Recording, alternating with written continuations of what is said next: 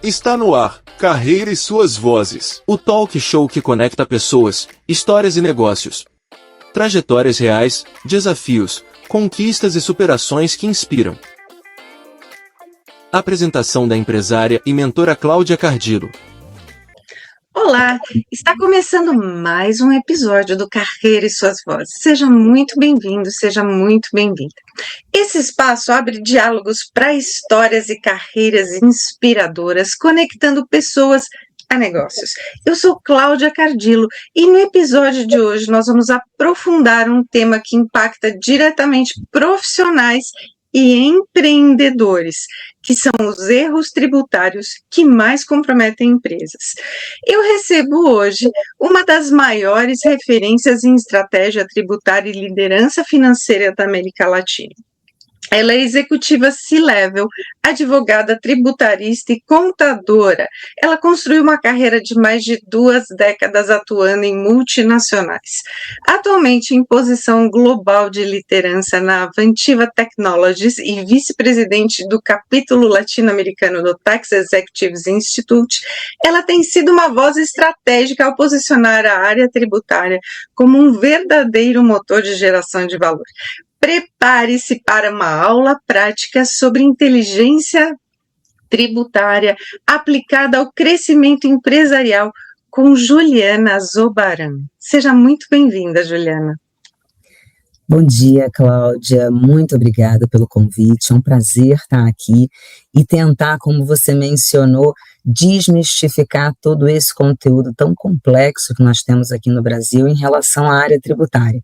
Eu acho que esse é dever do profissional, né? O dever não é simplesmente entregar obrigações ou fazer pagamento de impostos, mas sim tentar trazer um pouco de consciência às pessoas de que esse também é um detalhe muito importante na vida das empresas e que ele não pode, de forma alguma, ser alijado daquelas decisões estratégicas-empresariais que hoje o empresário precisa efetivamente tomar. Muito obrigada. É exatamente isso, e a nossa conversa ela vai trazer essa elucidação do que está acontecendo no mercado. Muitas vezes as pessoas acham que só agora, né, que essas mudanças começaram a acontecer, mas na verdade não, e é você quem vai explicar isso para a gente. Mas antes eu quero saber se eu pronunciei corretamente o seu nome e o nome da empresa a qual você representa. Sim, perfeitamente. Tudinho correto. E a Avantiva, né, geralmente as pessoas não sabem, mas ela é a antiga Technicolor. Então, é uma empresa francesa com mais de 150 anos no mercado e que faz uma coisa que todo mundo tem dentro da sua casa, que é uma caixinha preta que chama-se modulador ou demodulador, que leva aí toda essa transmissão da TV paga para a casa das pessoas. Muito legal você falar, porque realmente as pessoas não conhecem ainda, né? Ou se conhecem, ainda precisam saber mais. Mas eu quero saber como é que você chegou até aqui na sua carreira e se você enfrentou desafios tratando de assuntos tão áridos diversas vezes, como são os erros tributários. Bom, a minha carreira ela começou na área jurídica, né, sempre com foco em direito empresarial e tributário, mas ao longo dos anos eu fui ampliando um pouco essa minha atuação para além do contencioso jurídico, que costumava ser observado dentro das empresas como uma área sempre problemática e que só trazia custos ao invés de soluções. Então, quando eu fiz essa passagem, eu tive uma oportunidade dentro da Coca-Cola de fazer essa migração para uma área financeira, onde me foi dado aí um voto de confiança, porque na época eu não sabia nem o que era o débito e crédito dentro da contabilidade. Então, um dos grandes desafios foi realmente compreender, né, toda essa questão tributária sob um formato financeiro e explicar isso para quem está fora do país, porque se já é difícil para nós que estamos aqui, você pode imaginar o que é uma pessoa que não conhece as indiciocracias do nosso país e tentar, né, compreender um pouco. Eu costumo dizer que como profissional financeira e de impostos, a área de impostos ela precisa ter um diálogo permanente com a área de operação, com a área de tecnologia. Não existe mais essa figura daquele contador atrás do computador. A gente precisa entender qual é o core business da nossa empresa, a gente precisa também não deixar de acompanhar todos esses movimentos que estão acontecendo, né, em termos de digitalização, fiscalização, complexidade tributária. Então, assim, tudo isso costuma ser uma constante, né, na vida, não só do empresário, mas de todas as empresas, porque a gente tem como papel aqui, Cláudia, transformar essa complexidade tributária em decisões estratégicas de longo prazo, né? Se a gente não tiver isso em mente, de fato a gente pode cair em algumas pegadinhas em relação não só à legislação, mas aquilo que o governo solicita dos contribuintes. E falando um pouquinho disso, né, que temos uma nova visão do computador, não ficar só atrás do computador, mas que seja uma pessoa que interaja com os outros departamentos da empresa, quais são os erros mais comuns, os erros tributários mais comuns que os empreendedores cometem nas empresas? Olha, eu digo que o erro mais comum é tratar a aplicação de impostos como um tema secundário. Na realidade, essa análise ela precisa ser feita desde o momento da abertura da empresa, principalmente quando você é um empresário que vai começar a empreender e precisa, né, compreender, bom, quanto que eu vou pagar de imposto, né? Essa escolha do regime tributário adequado, de acordo, obviamente, com o teu modelo negocial, ela precisa envolver decisões que estão ligadas à margem operacional, à sua estrutura de custos, à sua cadeia de fornecimento. Então, por exemplo, quando eu estou falando com um pequeno empresário, vou dar um exemplo aqui, aquela pessoa que vende bolo, e você fica assim, puxa, eu sou uma pessoa física, por que eu vou virar uma pessoa jurídica a partir de agora e vou abrir uma empresa? Porque você pode ter mais acesso a crédito. E para essas pessoas, esse acesso a crédito ele é fundamental. Essa pessoa que faz o bolo, ela quer comprar um forno que seja, vamos dizer assim, industrial, ou que seja melhor do que aquele que ela tem em casa. Então, esse acesso ao crédito, ele acaba o quê? Facilitando, e não só o acesso a crédito, a taxas de juros melhor, né? Então, sempre, né, o que eu costumo dar de conselho é não deixar essa decisão para terceiros. Claro que o conhecimento técnico você pode não ter, mas o mínimo que você precisa, e o Sebrae, ele ajuda bastante nisso, hoje você tem tanta informação na internet, você tem tantos meios que você pode buscar tais informações, por que não se aprofundar um pouquinho, né, para tomar uma decisão inicial correta? É importante você falar isso, né? Porque a gente vê que ainda existe muito trabalhador na informalidade que não se importa em abrir um CNPJ, né? Claro que o CPF e o CNPJ eles são diferentes, mas sim é importante para que a pessoa possa vislumbrar num futuro um crescimento, né? E como é que a pessoa deve escolher o melhor regime tributário para que ela possa pagar menos impostos dentro da lei? Na verdade, no Brasil, essa escolha do regime tributário, ela deve considerar 3 grandes pilares que a gente fala. A atividade econômica, né, dessa empresa, dessa pessoa, hoje que está como uma pessoa física, a margem de lucro e a sua estrutura de custos. E por que isso? Quando eu falo em atividade econômica, geralmente uma pessoa vai pensar numa possibilidade de ser um microempreendedor individual, que a gente chama de MEI. Então, será que eu posso, por exemplo, prestar serviços de consultoria se eu for MEI? Existem algumas restrições. Então, bom, agora eu vou ter que partir para um regime diferente. Regimes mais comuns, Simples Nacional, lucro presumido, lucro real, e cada um deles tem as suas regras específicas de apuração, inclusive olhando aí o volume de transações, né, e principalmente de receita que essa empresa tem a expectativa de receber aí ao longo do ano. Então, garantir essa estrutura tributária sustentável, pelo menos, né, neste ano, e segura, obviamente, num longo prazo, é fundamental para a gente fazer as simulações, né, e definir qual seria o melhor regime, né? Tem um outro ponto importante, Cláudia, que eu não mencionei relacionado à tua pergunta anterior, que muitas vezes, né, você é um microempreendedor individual e você começa a ter acesso à venda diretamente para as empresas. A primeira coisa que a empresa vai pedir para você é uma nota fiscal. Então, se você está na sua pessoa física, você não pode emitir uma nota fiscal. Aí você começa a pensar, bom, esse é o meu primeiro cliente. Tem a nossa propaganda boca a boca. Será que eu não posso ter outros clientes? E aí você precisa, de fato, começar a repensar, né, e migrar dessa pessoa física para essa pessoa jurídica. Então, voltando aí à sua pergunta, a análise ela tem que ser muito técnica, muito voltada ao volume que você espera receber, né, de receita, e também a sua margem de lucro e atividade econômica. Claro que o seu contador ele pode te orientar muito melhor nesse sentido. Sabe que a minha agência de comunicação, ela já tem 20 anos, e ao longo desses 20 anos, nós sempre trabalhamos a visão estratégica como pessoa, como carreira e como negócio. Então, o que é que a gente podia fazer sempre para o microempreendedor, ou empreendedor, ou aquela pessoa que já tem mais de 5 anos de empresa, para empoderar a imagem? Então, uma das primeiras coisas que eu falo, você tem CNPJ?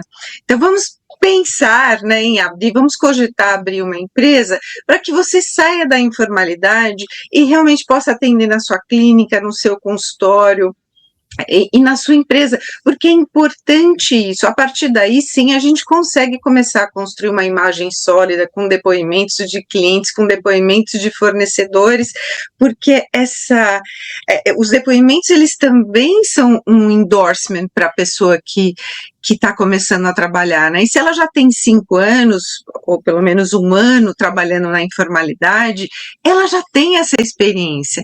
Então é importante você trazer isso. Reitero que a gente sempre reforça a questão do CNPJ, a questão do registro de marca, porque senão chega lá na frente, você fica trabalhando com uma marca durante anos, chega lá na frente, você decide registrar e alguém já registrou na sua frente. Então tem todos esses cuidados que a gente precisa prestar atenção, que se, como você está dizendo, a pessoa se preocupar logo no início, ela evita uma série de dor de cabeças, né? Não, de fato, e esse ponto que você trouxe, ele é muito importante, apesar de não estar diretamente ligado ao tributário, mas eu já vi muitas empresas que estavam trabalhando com nomes ou até expressões idiomáticas, né, para tratar um tema, e foram surpreendidos justamente com, eu vou dizer, um canal, até mesmo para um podcast, com uma visão, com o mesmo nome. E, obviamente, existem questões relacionadas a esse registro, se você pode isoladamente registrar uma expressão ou um nome, mas, de fato, uma vez que você tenha o registro, você pode, obviamente, conversar com essa outra pessoa que está, vamos dizer assim, se utilizando de um conteúdo muito próximo ao seu, com expressões muito próximas àquelas que você vem adotando, e falar, olha, eu tenho um registro e você não pode usar essa expressão ou o nome da minha empresa diuturnamente sem a minha aprovação, e eu peço que você faça essa retirada imediatamente. Então, a gente tem, inclusive, medidas legais que permitem, né, que isso aconteça. Às vezes a gente precisa entrar mesmo com a medida legal, porque a pessoa que começou a usar e não sabe da lei, ela acha que ela tem o direito de usar, e na verdade não é assim, né? E falando de início, né, de empresa, o que toda startup ela precisa saber sobre planejamento tributário desde o início? Olha, Cláudia, quando a gente fala de startup, é importante mencionar que são empresas que têm um crescimento acelerado, estão visando também captação de investimento e são muito ligadas à inovação tecnológica. Tendo base essa premissa, o planejamento tributário no início ele é essencial para evitar esses riscos fiscais futuros que você menciona. Alguns pontos são críticos, tá? Definição correta da sua atividade, estrutura societária adequada, tratamento tributário dos seus investimentos e, principalmente, organização das suas operações digitais. Por quê? Porque muitas vezes as startups, elas trabalham com serviços online ou atuação em múltiplas jurisdições. Quando eu digo jurisdições, eu estou falando em muitos municípios. Então, veja, o Brasil hoje ele tem 5.572 municípios.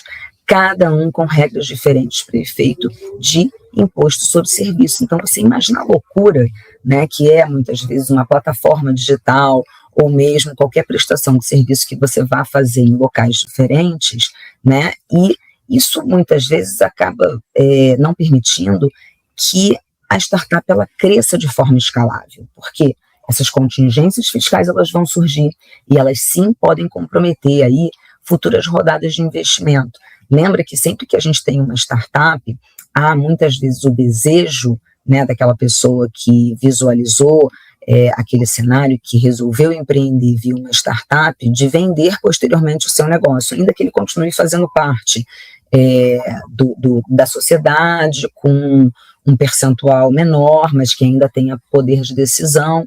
Fato é, se essa startup está estruturada no sentido societário, no sentido tributário e principalmente com as suas atividades e custos muito bem encaminhados, a tendência é que de fato ela seja aí alvo de uma futura rodada de investimento. Então, essa preocupação que você traz, ela tem que ser, de fato, observada desde o início. É essencial para evitar aí futuros riscos fiscais. Inclusive, nós utilizamos na agência a questão da essência da empresa, né? Qual é aqueles quinais que ela utiliza, né? O que ela faz para colocar isso dentro da curadoria de conteúdo e entender o que é que a gente vai vender para o público dela.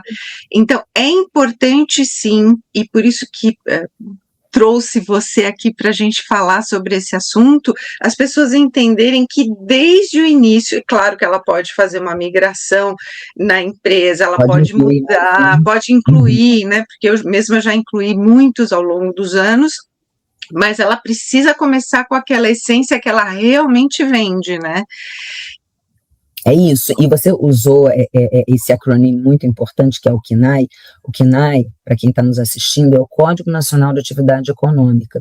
E veja, ele é tão importante, Cláudio, que ele está impresso lá no objeto do contrato social, ele se linka dentro do seu cartão de CNPJ e também com o modelo e tipo de nota fiscal que você vai emitir, ou seja, se você vai atuar aqui com venda de bens dentro de um comércio, ou você vai atuar aí com uma prestação de serviços, né, com um amparo aí de um imposto sobre prestação de serviços. Mas veja, uma coisa não exclui a outra, né? Você pode prestar serviços e você também pode vender. Tem muita gente, por exemplo, principalmente quando a gente olha para empresas de software as a service, por exemplo, que elas, muitas vezes, elas também vendem o hardware e prestam serviços de software. Isso é muito comum, mas é muito relevante você trazer essa visão, porque veja, KNAI é uma expressão que geralmente as pessoas, assim, eu não sei direito o que ele está falando, então é importante essa definição.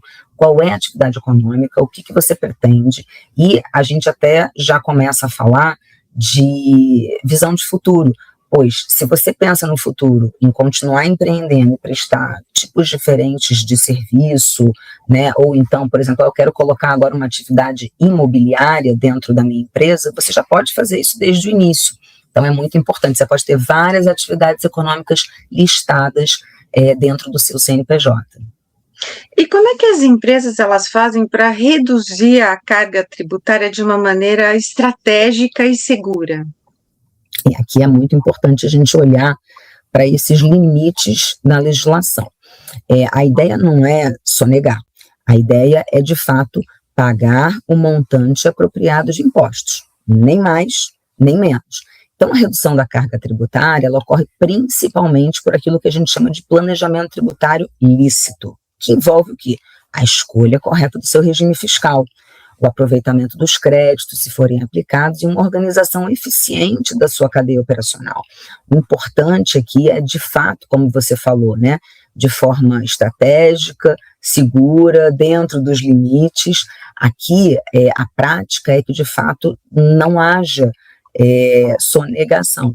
A gente precisa realmente pagar impostos. Eu costumo dizer que o custo da civilidade né, da sociedade é o pagamento de impostos. Do contrário, a gente ainda viveria numa época de olho por olho, dente por dente, não é mesmo? E essas estruturas, né, quando bem planejadas, elas tendem aí a aumentar a sua competitividade. Isso vai ficar muito evidente agora no momento que estamos passando, que é um momento de reforma tributária. Muitos dos meus clientes perguntam se essas reformas também já aconteceram em outros países, né? Porque toda vez que a gente tira as pessoas da zona de conforto, as pessoas começam a trazer dúvidas, né, questionamentos, mas será que se eu mudar de país, vai acontecer a mesma coisa? Como é que funciona isso, Juliana? Na realidade, assim, se você buscar na literatura como se organizam, né, os países, geralmente eles têm ali o imposto de renda e aquilo que a gente chama de IVA, que é o Imposto sobre Valor Agregado. Aqui no Brasil, diferentemente de qualquer lugar do mundo, a gente tem 5 tipos diferentes de IVA. E isso torna esse cenário muito complexo, não só para quem já está aqui, mas para o investidor que pretende investir aqui no Brasil. Então, você imagina você começando a conversar com um potencial investidor e você começa e fala assim, olha, em vez de você pagar um VAT, você vai pagar 5, e cada um deles tem bases diferentes, cálculos diferentes. E quando você diz que muitas vezes o imposto incide sobre ele mesmo, o que isso significa? Quando você paga, por exemplo, o ICMS, você pega uma alíquota, de 18%. Essa alíquota ela não é de 18%, ela é de 21,95%. Por quê?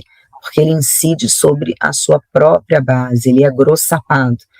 Quando você explica isso para quem não conhece Brasil, o investidor ele fica assim tão absorto que fala, eu acho que eu não vou investir mais aqui, é muito complexo, é muito complicado, porque eu nunca vi na vida você ter um imposto sendo cobrado em cima do mesmo imposto, porque eu não estou gerando valor algum no pagamento disso.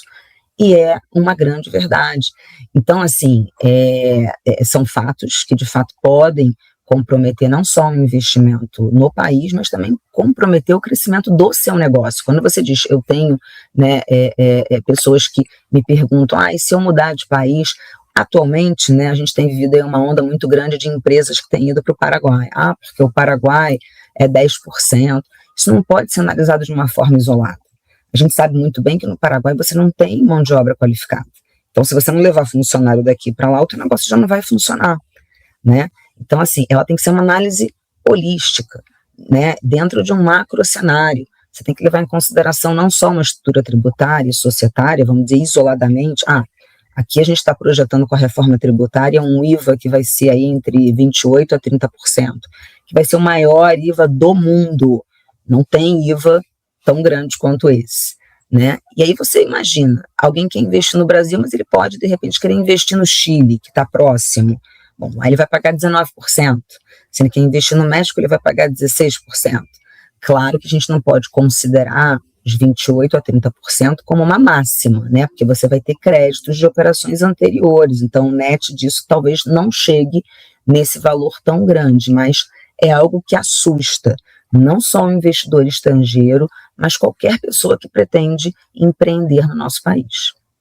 Eu acredito que sim, né? Porque quando a pessoa vê esse monte de imposto, né? Esse monte de cifra na frente, começa a pensar 2 vezes, né? E fala assim, poxa, tem outros lugares que eu posso investir também, né? Voltando um pouquinho à questão do MEI, do ME que você falou, quando que vale a pena sair do MEI e ir para outro enquadramento tributário? Quando seu negócio começa a crescer. Porque no MEI você tem um limite, né, de receita. E aí, antes, né, de fechar o ano, você precisa, no mínimo, ter uma previsibilidade do seu faturamento naquele ano, né? Ou então, quando você precisa contratar mais colaboradores. Então, olha, agora eu preciso contratar mais pessoas. Normalmente, é nesse momento que a gente aconselha, né, a fazer uma migração para um outro regime, por exemplo, como um Simples Nacional. Então, essa transição, Cláudia, ela deve ser muito bem planejada e com antecedência. Por isso que eu falei entender quais são os seus faturamentos futuros, né? Porque muitas vezes o que pode acontecer é você ter algumas programações de recebimento e isso superar muito aquilo que você tinha como uma expectativa inicial. E, na medida em que isso acaba impactando o seu caixa, você pode automaticamente ser descadastrado desse regime, porque, obviamente, superou muito esse limite. E como é que você garante que o teu negócio ele vai continuar operando com eficiência tributária se você não tiver esse mínimo de previsibilidade? Ou seja, em algum momento esse ano eu sei que eu vou ter que mudar, seja para o lucro real, seja para o lucro presumido. Como é que eu faço isso? Eu preciso, no mínimo, de uma estruturação financeira, né, e ter um pouco de previsibilidade ao longo daquele ano calendário. Quando você fala de previsão de mudança, quantos meses são com antecedência que a pessoa precisa começar a pensar nisso? 3 meses, 6 meses? Na realidade, o ideal, né, vou dizer já de imediato para você que não é o que o empresário ele faz, mas o ideal é que você tenha esse planejamento antes do final do ano. Por quê? Porque a partir de janeiro você tem momentos de opção, né, onde você pode fazer essa migração, a depender do regime que você está. E, por exemplo, se você tomar essa decisão no meio do ano, pode ser que você não consiga mais, porque o prazo já passou. Então, depende muito do regime. Claro que o governo ele sabe muito bem que muitas vezes essas expectativas elas podem, né, em termos de receita, ser superadas aí somente, por exemplo, só em agosto que eu me dei conta que em outubro, novembro e dezembro eu ia receber mais, porque eu fechei um super contrato. Aí sim você tem cláusulas na legislação que permitem aí, olha, se você ultrapassou em até 20%, eu até deixo você ficar aqui nesse regime até o final do ano, mas você vai pagar efetivamente um a mais por isso. Então depende muito do regime, mas em essência a gente ainda tem algumas salvaguardas que o governo te permite. Só que assim, em termos de planejamento, como eu disse, Cláudia, o ideal, a gente sabe que não é o mundo perfeito, né? O best case scenario geralmente é o que não acontece. De fato, a gente recomenda ter essa previsibilidade antes de começar o ano. Então, lá em dezembro, quando você já vai ter suas projeções, com base naqueles contratos que você já tem assinado, com base naquelas receitas que são umas expectativas futuras que você já imagina que vai receber, já faça a conta. É algo que, por exemplo, o seu contador, né, que te atende, seja ele um in-house, seja ele um contador externo, também consegue fazer isso de forma muito tranquila para você, desde que você efetivamente o municie com esses dados. Né? Não dá para o contador também aqui fazer conjecturas em relação ao seu business. Então não existe mais aquele fato de que o contador ele pode deixar de pagar os impostos, né? Eu conheço alguns clientes que passaram por isso, que eles depositavam na conta do contador e o contador não repassava os impostos, né?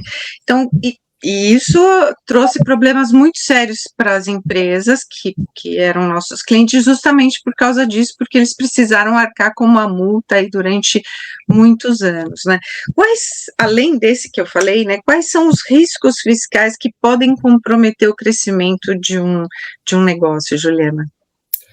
Olha, Cláudia, esse risco que você mencionou é muito importante, porque de fato isso aconteceu muito no passado, existiam até fraudes entre o contador e o próprio banco, justamente para que ele tivesse ali o registro de pagamento para apresentar para o cliente. Né? Hoje em dia, por conta do próprio compliance, da digitalização, isso acaba não acontecendo, mas em alguns casos ainda acontece. Então, sim, a gente precisa ter essa relação aí de confiança com o nosso contador. Eu já vi contador que já sumiu com o dinheiro dos clientes. De fato, essa ressalva é muito importante que você fez. Agora, voltando, né, a esses riscos fiscais que podem comprometer o negócio, o primeiro deles, a gente já falou aqui, que é o correto enquadramento tributário, e aquelas inconsistências em documentos fiscais, né? Quando uma pessoa física, por exemplo, resolve abrir uma pessoa jurídica, ela vai também abrir uma conta de pessoa jurídica num banco, ainda há muito aquele costume de você fazer um mix com os teus rendimentos pessoais e os rendimentos daquela pessoa jurídica. Então, essas inconsistências, elas são hoje observadas pelo governo, né?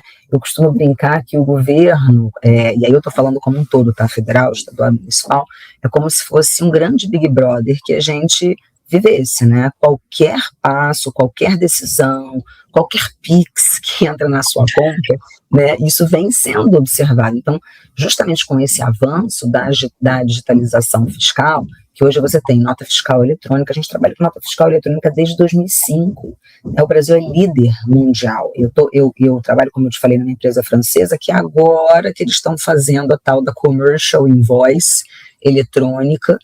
Imagina, a gente está 20 anos adiantado, né? 25 anos adiantado, 25 anos adiantado, vamos dizer assim. E a gente tem esse cruzamento eletrônico de informações que hoje é processado pelas autoridades fiscais apertando um botão. Não é uma coisa assim, rocket science, não é apertando um botão. Então fica muito fácil essa identificação das inconsistências.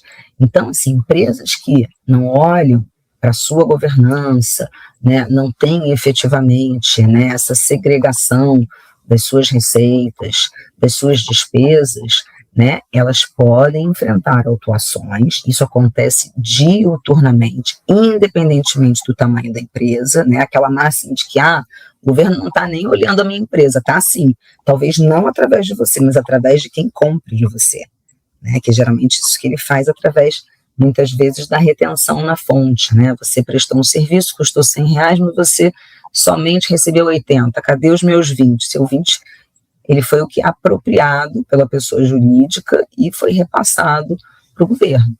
Então, assim, essas decisões de aspecto tributário, elas de fato, né, impactam no seu fluxo de caixa, impactam muitas vezes na reputação do seu negócio.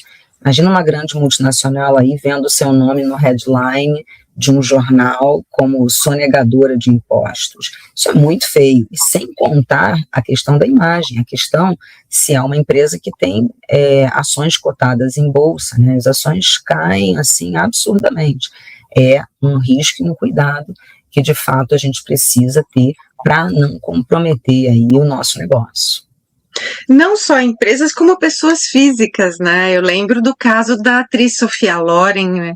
Que ela foi presa na Itália e ficou presa durante alguns dias, mas isso fez com que ela perdesse patrocínio, com que ela perdesse vários trabalhos na área de merchandising, porque ela foi presa em função de ser sonegadora de impostos.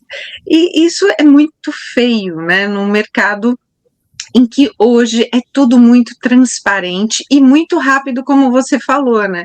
Porque para o fornecedor ou o cliente tirar os nossos dados, puxar os nossos dados, hoje é muito rápido, né? Verdade, esse acesso é muito rápido. Apesar de termos aí a LGPD, que protege os nossos dados como um todo, quando a gente olha sob a ótica governamental, o governo tem acesso a todas as transações, né? Eu costumo falar que é aquela música do The Police, every step you take, every move you make, I'll be watching you. É basicamente, tipo, cada passo que você dá, eu tô ali só te observando.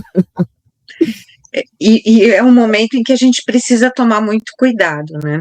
A gente está falando de reforma tributária, como é que ela pode impactar os pequenos e médios empreendedores?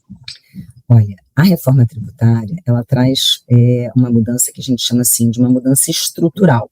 As pessoas que só pensam em reforma tributária como, vai aumentar o meu imposto ou não, ela está fazendo uma análise muito rasa, porque a reforma tributária, ela vai trazer uma mudança estrutural muito importante. Aqueles 5 IVAs que eu mencionei para você, né, eu vou até listá-los aqui, o ISS, o ICMS, o PIS, a COFINS, as retenções, né, a grande maioria deles vai virar um IVA só, um IVA dual. Então vai ficar mais fácil para a gente explicar para as pessoas. Vai ser legal? Vai. Só que é uma jornada muito longa, são 6 anos até essa adaptação, esse modelo que é baseado no IVA dual, onde a gente vai ter 2 figurinhas novas, que é o CBS e a IBS. Para pequenas e médias empresas, o impacto principal ele está ligado à transparência na tributação ao longo da cadeia econômica. Então, o que o pequeno empresário ele vai precisar observar? Para quem ele vende e de quem ele compra. Para quem ele vende? Ele vende B2B ou vende B2C? Se ele vende direto para consumidor final, ele vai ter que colocar ali naquela conta o imposto que vai ser passado adiante, né? Infelizmente, quem paga o preço final aqui somos nós, consumidores finais, pessoas físicas, né? Agora, quando ele vende, por exemplo, B2B, né, eu estou vendendo para uma empresa, ele vai ter que ter um racional completamente diferente, olhando a sua operação anterior. Em que sentido? Será que aquele meu fornecedor me dá uma possibilidade de tomar crédito, né, daquela operação, que agora não vai ser mais cumulativa? Já não era para ser cumulativa, mas infelizmente ainda é. Como é que eu vou fazer, por exemplo, vamos pegar aqui um imposto de 128, vou emitir uma nota de 100, 28 vai estar destacado de BS e CBS, e vai para a próxima pessoa jurídica dessa cadeia. Ela vai me perguntar assim, bom, mas você pagou o seu imposto? Porque se eu não paguei, ela não vai poder tomar crédito. Então, é isso que eu digo, é uma mudança estrutural que acontece no mercado. Você vai ter outras preocupações hoje com os seus fornecedores, porque se o seu fornecedor não está compliance, se ele não paga o imposto, você vai carregar o imposto da cadeia anterior e isso vai prejudicar o quê? A sua margem, o seu preço, porque você vai precisar adicionar aquele valor à conta.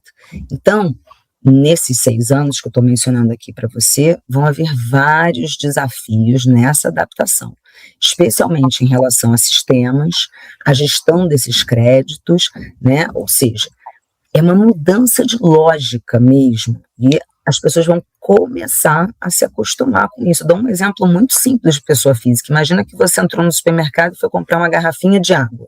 Essa garrafinha de água, quando você pegar na gôndola e for passar no caixa, uma coisa que a gente não está acostumado aqui no Brasil, já vai sair naquele cupom fiscal o valor da água, vamos dizer assim, R$2, e ali já vai sair o IVA destacado, como acontece, por exemplo, quando a gente vai aos Estados Unidos, né? Você vai lá, pega uma peça de roupa, vai numa loja, já sai o IVA destacado. A gente vai começar a viver essa realidade. Por quê?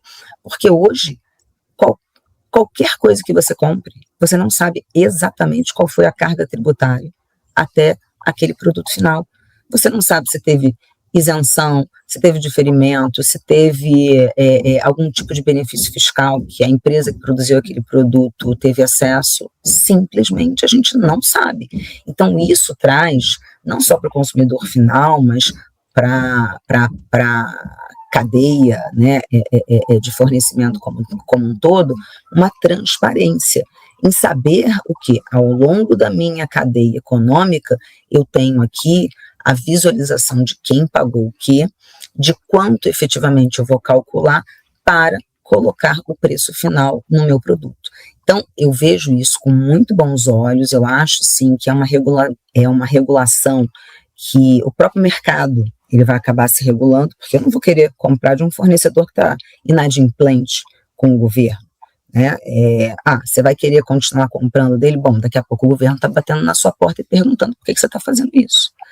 Então, aquele ditado popular, diga com quem tu andas, que eu direi quem tu és, ele cabe exatamente nesse momento que a gente está vivendo, né? Então, você estava falando que a gente precisa tomar cuidado de se relacionar com um fornecedor que está inadimplente com os impostos, porque eles podem incidir em cima da gente, a gente pode ter algum problema, a Receita pode olhar para a gente de uma forma diferente, é isso? Pode não só olhar para você, mas infelizmente esse fornecedor ele vai encarecer a sua operação, porque você não vai tomar o crédito que ele deveria ter pago de imposto, né? Agora, a perspectiva é que para essa geração plena dos créditos, a qualquer etapa da cadeia, seja a indústria que vende para um atacadista, o atacadista que vende para o varejista, que vende aí para um pequeno negócio e finalmente até chegar num consumidor final, ela vai se autorregular, né? Ou seja, ainda claro, vão ter empresas que ainda infelizmente vão tentar sonegar impostos, mas isso vai ficar muito patente. Então, esse é o impacto, né, de efetivamente andar na linha. Agora não tem mais escapatória. A gente ainda vê muito, né, algumas empresas, principalmente pequenas, que ainda trabalham com perspectivas relacionadas à Caixa 2, empresa que pede, me dá meia nota significa nota de 50% do valor, ou notas bumerangue, que a gente chama, que é aquela nota que vai dar um passeio, né, ela vai, por exemplo, aqui em São Paulo, ela vai para a Extrema e volta para São Paulo só para garantir o crédito, não faz o menor sentido logístico, né, não faz sentido, mas é muitas vezes a maneira que a gente se estrutura diante dessa complexidade, né, desse cenário que a gente tem hoje de tributação no Brasil. Então, de fato, sim, a reforma ela pode levar aí várias empresas, né, a fazer esse trabalho de reanálise da sua carga tributária, e tem uma coisa muito positiva acontecendo, que também você vai tomar crédito. Quando eu falo em tomar crédito, é importante a gente sempre olhar os dois lados da operação, o débito e o crédito. Por quê? Porque muita coisa agora, por exemplo, você tem a sua empresa. Obviamente, você não toma crédito, por exemplo, do papel higiênico, que é uma despesa, ou então dos materiais de escritório que você compra, que são necessários à sua atividade, mas você não pode tomar esse crédito, que é aquilo que a gente chama de uso e consumo. Agora você vai. Então, veja, é uma mudança, assim, absoluta daquilo que a gente vive hoje e que a gente vai continuar convivendo até 2032, e a partir de 2033 eu vou ter todo esse cenário bonito que eu estou comentando aqui com você, onde eu vou ter o IBS, o CBS e também, não menos importante, o imposto seletivo, que é o imposto do pecado, que a gente chama, né, que ele vai ser aplicado aí, por exemplo, em bebidas açucaradas, em setores como mineração também. Eu tenho percebido que com recorrência a televisão e o rádio tem falado sobre isso, né? As bebidas açucaradas, os doces, né? As balas, tudo aquilo que criança gosta, que a gente compra para criança, a gente vai precisar tomar cuidado agora, né? Juliana, quais são os cuidados tributários que são essenciais para quem vende online, principalmente nos e-commerces, ou quem presta serviços digitais? Hoje, o serviço digital ele é pouco regulado. Então, com a reforma tributária, você vai ter regulações diferenciadas para plataformas digitais, onde é importante você observar as regras de imposto, além de garantir que essas notas fiscais elas sejam aí emitidas corretamente. Então, tem muita empresa que fala assim, eu estou compliance, as minhas notas estão sendo emitidas regularmente, está tudo certo.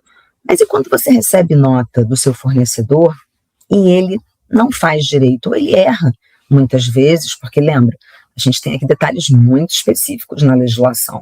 O que eu faço com isso? Então, muitas vezes, né, para quem vende online, para quem presta serviços digitais, é importante observar as regras hoje, né, de aplicação dos impostos que temos hoje, além de garantir que essas notas estejam aí sendo emitidas de forma adequada. E outro ponto importante, essencialmente para a prestação de serviços digitais, é aquele relacionado a definição correta do seu local de prestação. Por quê? Lembra que eu falei que a gente tem 5.572 municípios aqui no Brasil e cada um pode ter uma regra diferente? Muitas vezes, por exemplo, empresas de serviço vão registrar os seus negócios, a sua pessoa jurídica, em Alphaville. Por que ela vai para Alphaville? Porque existe, sim, uma redução no pagamento do ISS em comparação a São Paulo capital. Mas na medida em que você fica lá e presta serviços para São Paulo capital, será que aqui não tem algum problema? Pode gerar, porque a gente está falando de municípios que são limítrofes, né? Está aqui um coladinho do outro, é uma diferença muito pequena em termos de quilômetros, mas essa definição correta do local da prestação dos serviços e aonde você vai entregar o seu produto final, ela impacta diretamente no município que vai ter direito àquela arrecadação. Então, muitas vezes a gente tem aquilo que chamamos de guerra fiscal, e não é só dos estados, também é dos municípios, quando você tem aí a empresa que está localizada em um município e presta serviços em outros municípios. Não tem problema se isso acontecer, desde que você faça o pagamento para aquele município que está sendo, no final do dia, o beneficiado com aquela atividade. Trazendo isso para a prática, tem muitos clientes que vendem cursos, mentorias, treinamentos pelas plataformas digitais, e são as próprias plataformas quem dão a nota fiscal para o comprador, né? Então, a gente vai precisar olhar para isso também, se a plataforma está emitindo a nota fiscal corretamente de acordo com o município que a pessoa mora, é isso?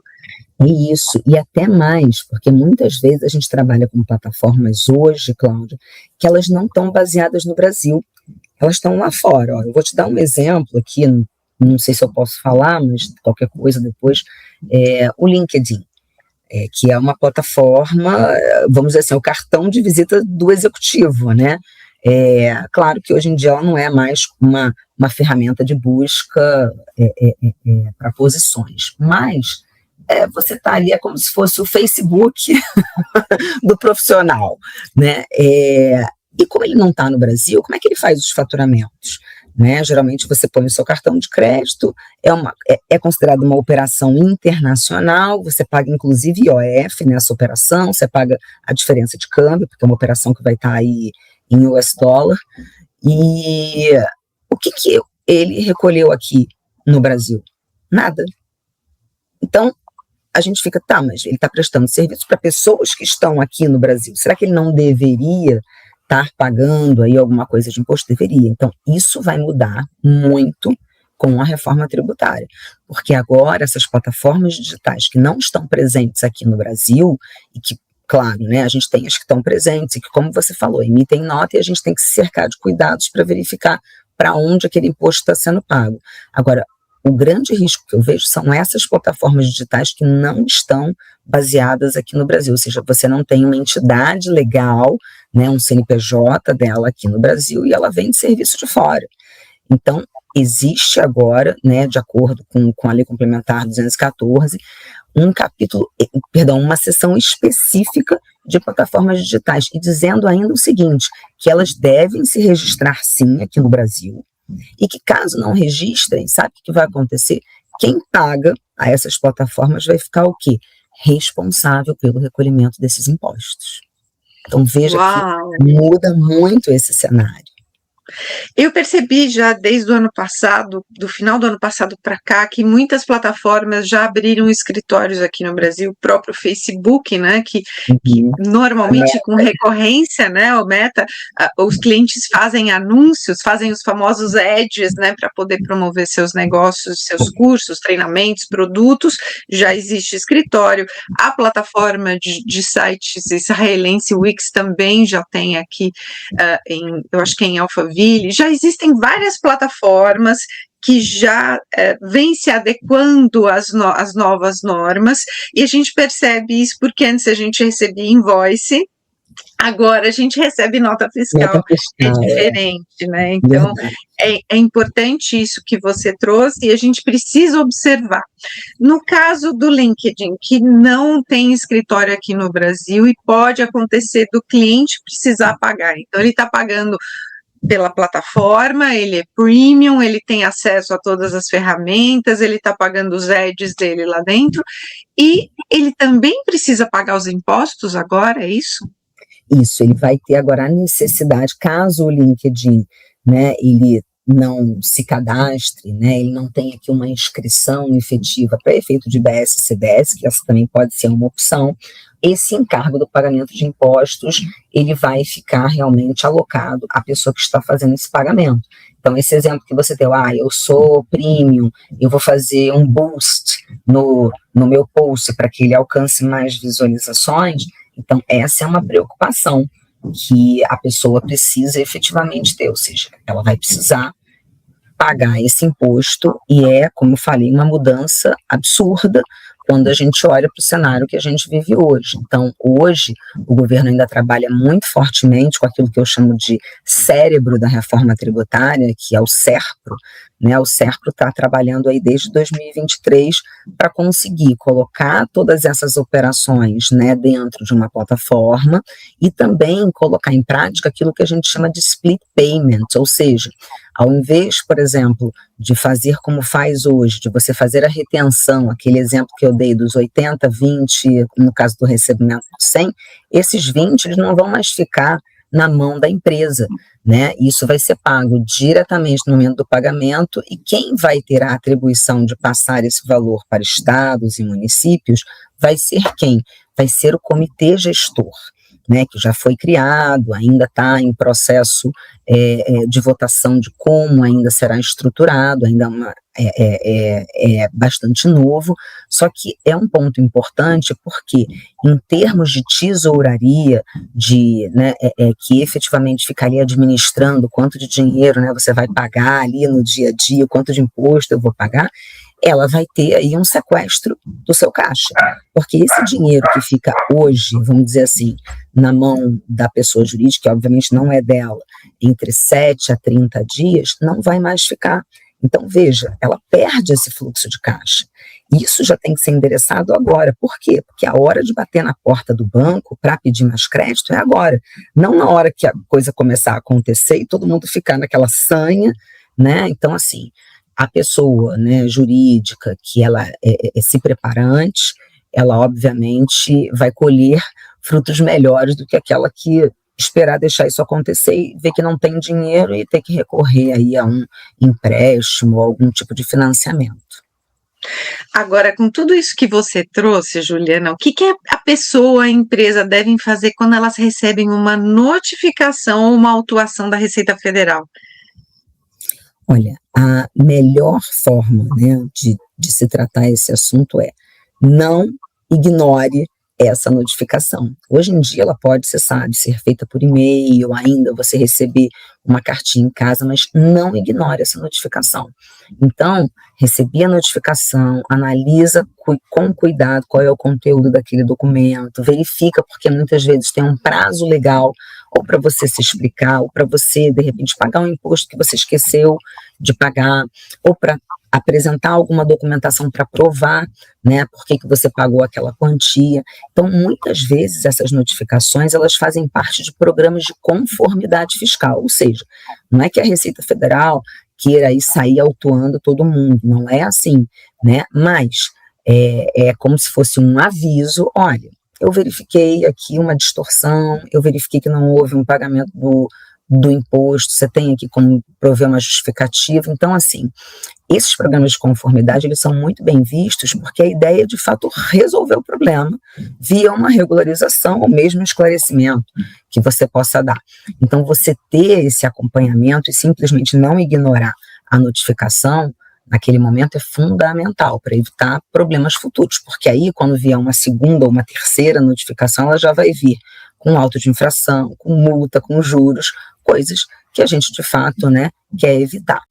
Juliana, muito obrigada pela sua participação. Nós estamos chegando ao final dessa entrevista fantástica, porque você trouxe de uma maneira muito didática para que todos possamos compreender que tributo não é apenas obrigação, é estratégia, é governança e visão de futuro. Eu que agradeço. Obrigada pela oportunidade, porque o nosso papel, de fato, é esclarecer, né, e tentar desmistificar todos os aspectos tributários aí da reforma tributária. E quem sai na frente, quem entende, né, já está dando um passo extremamente relevante para a manutenção do seu negócio. E é isso que eu convido, né, os seus ouvintes a fazerem, a se prepararem previamente, porque, de fato, aqueles que se prepararem não serão pegos de surpresa e certamente terão aí um desenvolvimento melhor, né, após a implementação da reforma. Muito obrigada novamente pelo convite. Para você que está nos ouvindo, que tem a sua empresa ou que planeja abrir sua empresa, ao longo dessa entrevista ficou claro que planejamento tributário não é privilégio de grandes corporações, é ferramenta essencial para startup, pequenos negócios e empresas em expansão que desejam crescer com segurança. Juliana, muito obrigada por compartilhar sua visão, sua experiência e por mostrar que inteligência tributária é, acima de tudo, a inteligência do negócio. Até o próximo episódio do Carreira e Suas Vozes.